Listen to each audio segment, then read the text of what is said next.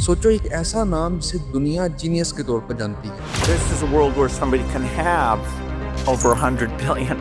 What is that? एक ऐसा शख्स जिसको टेक्नोलॉजी का बादशाह कहा जाता है। Starting with Microsoft, where I had monomaniacal focus, giving up weekends and vacation wasn't some big sacrifice. और एक ऐसा बिलियनियर जो खुद को इंसानियत का सबसे बड़ा मददगार कहता है। Now, if we do a really great job on new vaccines, healthcare, reproductive health services, we could lower that by perhaps 10 or 15%. लेकिन अगर इसी कहानी का दूसरा रुख देखा जाए तो तस्वीर बिल्कुल अलग नजर आती है। Bill Gates is one of the most hated people of all time. There are just countless articles, forum posts and memes hating on Bill Gates. Why? इल्जाम ये कि उसने खुद से ज्यादा दूसरों के आइडियाज को यूज किया, कंपटीशन को पुश करता रहा और सिस्टम को अपने हक में मोड़ता रहा। और जब वही आदमी आपके मुल्क में आता है तो उसके लिए रेड कारपेट बिछ जाता है। ये कहानी है बिल गेट्स की, लेकिन वो वाली नहीं जो आप लोगों ने सुन रखी है।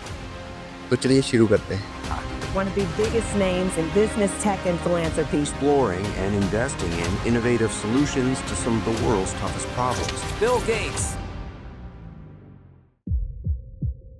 1975 में एक छोटे से कमरे से माइक्रोसॉफ्ट का आगाज होता है। एक छोटी सी टीम, कोई खास प्रोडक्ट नहीं, कोई एक्स्ट्राऑर्डिनरी इनोवेशन नहीं, लेकिन एक चीज बहुत पावरफुल थी, connections. Mary was unaffected, straightforward, charming, but immensely determined. Bill Gates की मदर मैरी गेट्स बिजनेस और चैरिटेबल सर्कल में स्ट्रॉन्ग इन्फ्लुएंस रखती थी। यूनाइटेड वे के बोर्ड पर उनकी मौजूदगी ने उन्हें उन लोगों तक पहुंच दी जो उस दौर के सबसे पावरफुल लोग थे, और यहीं से उनका कनेक्शन IBM के चेयरमैन जोहन से बना। और जब IBM ने अपना एक पर्सनल कंप्यूटर लॉन्च करने का फैसला किया तो उन्हें एक ऑपरेटिंग सिस्टम की जरूरत थी, और माइक्रोसॉफ्ट के पास ना उस वक्त OS था और ना ही उसका एक्सपीरियंस।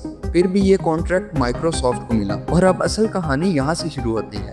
कॉन्ट्रैक्ट मिलने के बाद बिल गेट्स के पास प्रोडक्ट ही नहीं था, तो उसने सर्चिंग शुरू की। रिसर्च करने के बाद उसे मिलता है क्याओडोस, जो कि पैट्रिसन ने बनाया था। तो वो पैट्रिसन से क्याओडोस खरीद लेता है और फिर मॉडिफाई करने के बाद इसको नाम देता है MS DOS, और फिर यही IBM को दे देता है। लेकिन कॉन्ट्रैक्ट में उसने ये बात भी की थी कि ये सिस्टम सिर्फ IBM तक महदूद नहीं रहेगा, तो इसलिए उसने इसी सिस्टम को कई और कंपनीज को भी बेचा और यहीं से उसने असल पैसा बनाया। लेकिन इससे पहले गैरी किल्डार CP/M नाम का एक ऑपरेटिंग सिस्टम बना चुका था, जो उस वक्त इंडस्ट्री में काफी पॉपुलर भी था। IBM पहले उसके पास गई थी, लेकिन डील फाइनलाइज नहीं हुई। और जब MS DOS मार्केट में आया तो गैरी ने ये चीज क्लेम की कि इसका काम कॉपी हुआ है, और इसने काफी लीगल फाइट भी की। लेकिन वक्त के साथ साथ ये कहानी पीछे रह गई।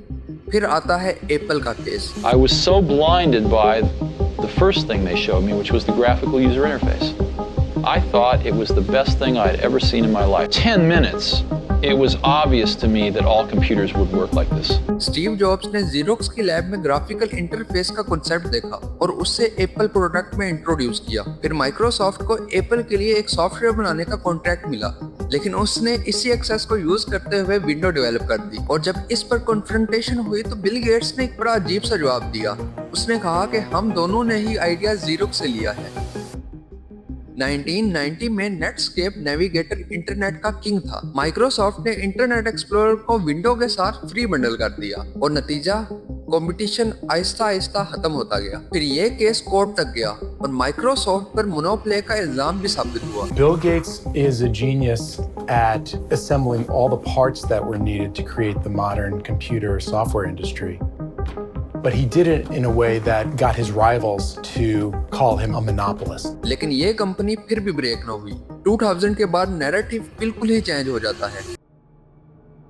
बिल एंड मलिंडा फाउंडेशन के जरिए फोकस चैरिटी और ग्लोबल हेल्थ पर शिफ्ट हो जाता है। वैक्सीन, हेल्थ केयर और डेवलपिंग कंट्रीज में प्रोजेक्ट स्टार्ट हो जाते हैं। सपोर्टर्स कहते हैं कि ये इंसानियत की खिदमत है, लेकिन क्रिटिक्स इस मॉडल को एक ऐसा सिस्टम समझते हैं जहां इन्वेस्टमेंट्स और इन्फ्लुएंस एक साइकिल क्रिएट करते हैं। 2010 की एक टॉक में पॉपुलेशन ग्रोथ के बारे में बात होती है, जो कि डिबेट की वजह बनती है। Population growth in poor countries is the biggest problem they face. You've got to help mothers who want to limit family size have the tools and education to do that. और फिर Covid के दौर में vaccines और partnership पर भी discussion होती है। अब सवाल यहाँ ये है कि हम किसी को कैसे जज करते हैं, सिर्फ उसकी दौलत और सक्सेस से, या फिर उसके डिसीजन और उसके होने वाले असरात से। बिल गेट्स की पर्सनैलिटी को समझने के लिए कुछ ट्रेट्स डिस्कस किए जाते हैं, जैसे कि नर्सिसिज्म, जहां इंसान अपने आप को सेंटर समझता है, और दूसरी ट्रेट ये है कि जहां स्ट्रेटजी और कंट्रोल सबसे इंपॉर्टेंट होता है, और नंबर 3 साइकोपैथी,